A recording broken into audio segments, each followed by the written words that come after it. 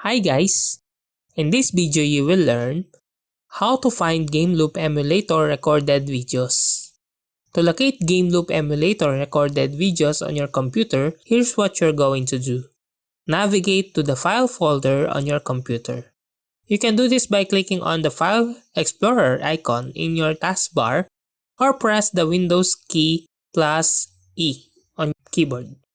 In the File Explorer, find and click on Local Disk C from the left-hand sidebar.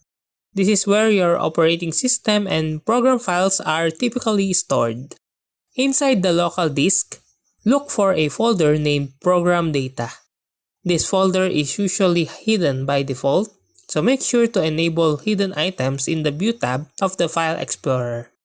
Within the Program Data folder, locate and open the Tencent folder. Inside the Tencent folder, find and open the TX Game Assistant directory. This is where Game Loop Emulator related files and data are stored. Within the TX Game Assistant folder, look for the Snapshot folder. This is the directory where Game Loop Emulator stores recorded videos. And that's how to find Game Loop Emulator recorded videos.